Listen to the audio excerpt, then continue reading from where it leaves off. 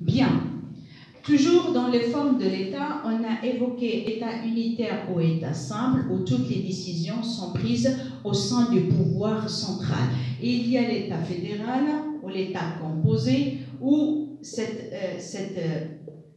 l'État composé, où les décisions ou les attributions principales sont prises au sein de ce qu'on appelle les États fédérés, mais il y a toujours un lien avec l'État fédéral.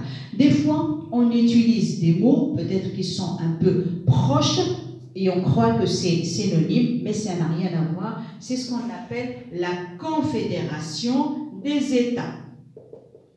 La confédération des États. Vous voyez comment je vais écrire État, c'est avec un S majuscule. Avec S majuscule. Qu'est-ce que c'est que la confédération des États et quelle est la différence entre confédération et fédération? Normalement, la confédération des États, c'est une union qui est faite par plusieurs États.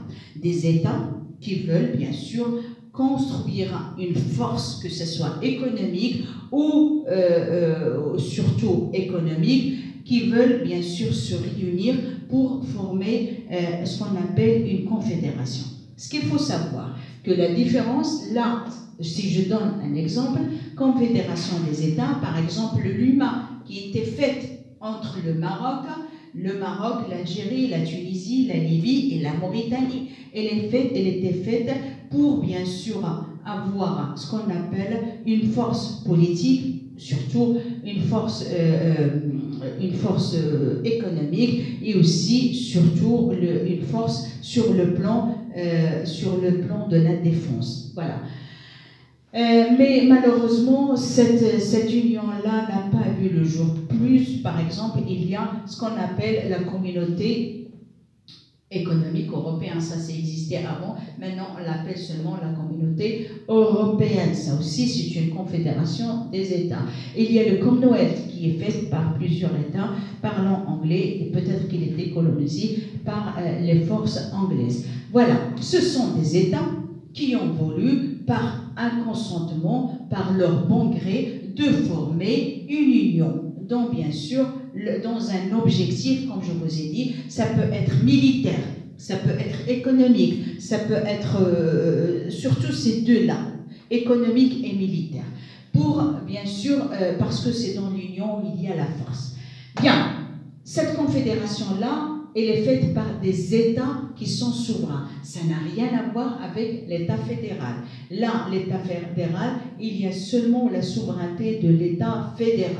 Dans la confédération des États, n'importe quel État peut se retirer. Elle est libre. S'il veut se retirer, il peut. Ça veut dire qu'il n'y a pas d'obligation.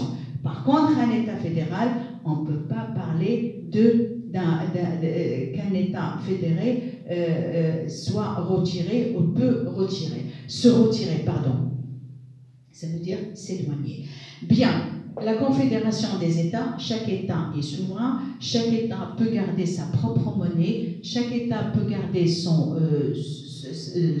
représentation sur le plan international et sa diplomatie. Par contre, dans un État fédéral, tout est fait dans le cadre de l'État fédéral. Les États fédérés ne peuvent pas avoir leur propre monnaie ou leur propre défense ou leur propre souveraineté sur le plan international.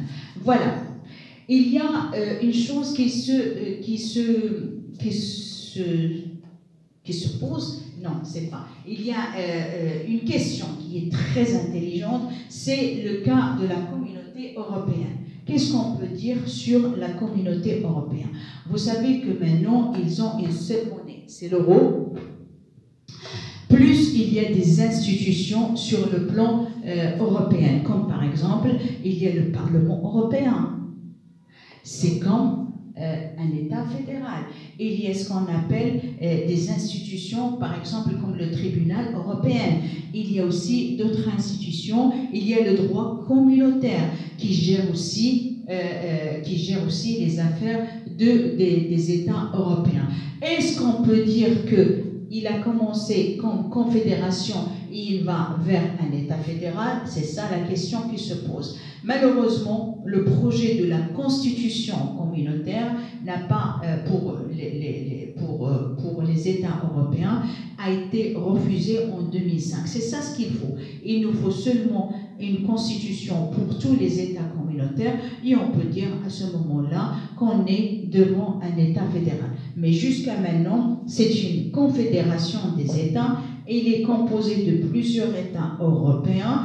Et il y a des États européens qui commencent à se retirer, comme par exemple l'Angleterre après le Brexit. Peut-être qu'il y a d'autres États, je ne sais pas moi, mais jusqu'à maintenant, il est considéré comme un État, une confédération des États, mais avec des institutions qui nous laissent imaginer ou peut-être dire que c'est un État fédéral. Voilà.